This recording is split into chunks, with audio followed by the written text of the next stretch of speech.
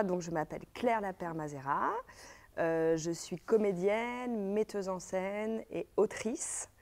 Et voilà, je vais travailler sur le boulevard du Queer au Plateau Sauvage avec Mélanie Martinez-Liens. Bon voilà, j'ai déjà le nom. Et pareil, comme elle, Pomme C, Pomme V, comédienne, metteuse en scène, autrice et mégalo. Mais non. Non, j'ai été assistante sur son spectacle, Berck-Plage, que tu as joué cette année. Et moi, j'étais plus ou moins assistée aussi sur La jeune fille en mode avion que tu vas jouer. Ouais, elle m'a donné Mais conseil en c'est la dramaturgie. première fois, oui, qu'on crée vraiment une forme ensemble. D'ailleurs, c'est un petit peu à la fois super excitant et à la fois super flippant parce qu'on ne sait pas si nos univers vont se rencontrer. Notre talk show sera un kaléidoscope de formes tout à fait différentes parce que le queer, c'est aussi cette idée, c'est qu'il n'y a pas une forme queer. Il n'y a pas voilà, un modèle. C'est mouvant, ça bouge, ça se déplace.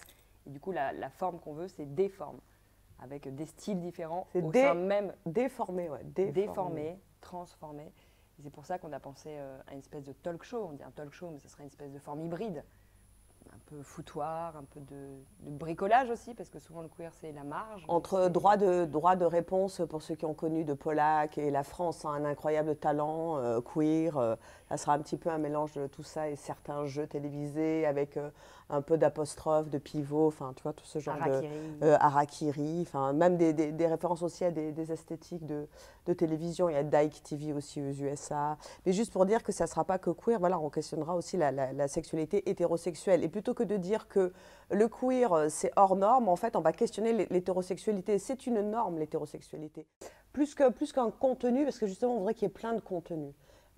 Et c'est plus, on s'est dit qu'en fait, en cherchant un petit peu dans les recherches dramaturgiques qu'on a fait, on s'est rendu compte que le boulevard, donc c'est pas ça le début boulevard du queer, c'est comme un vaudeville aussi, qui est un genre théâtral. Et le vaudeville, c'est un mélange de numéros de cirque, de questions de société, de scènes de théâtre, voilà. Et en fait, on se dit, mais le vaudeville, c'est l'ancêtre du talk show.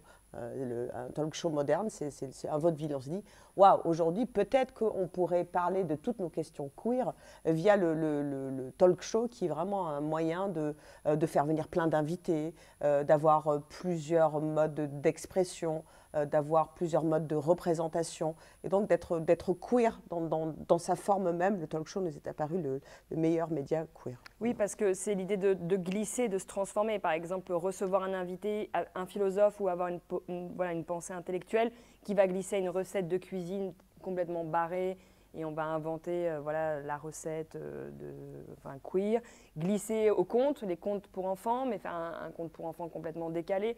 Voilà, toutes les envies instinctives qu'on avait de scène, qu'on voulait travailler en improvisation ou voilà, en écriture. Dans le talk show, ça nous permet de passer d'un style et d'un genre à un autre. Le genre, voilà, face publique. Et de ne pas être dans un seul genre, quoi.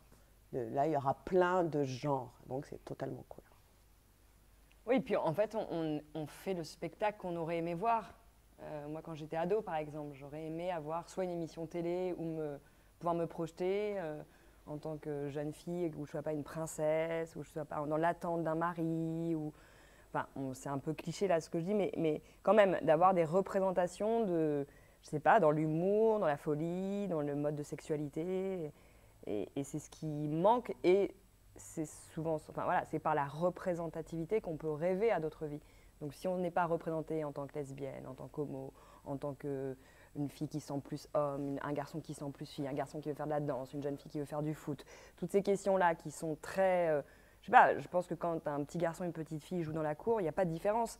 Et ça vient avec la culture, ça vient avec la société. Donc nous, notre idée, c'est de pouvoir proposer d'autres représentations qui soit queer, un mélange d'altérité, de plein de genres différents, justement, et dans la façon de s'adresser aussi au public, que ça soit un peu queer, de le faire participer sur un mode où on s'adresse vraiment à lui, qu'on ne lui impose pas un point de vue, qu'on ne lui impose pas une parole. Le queer, c'est vraiment justement le questionnement ensemble, l'altérité, voilà.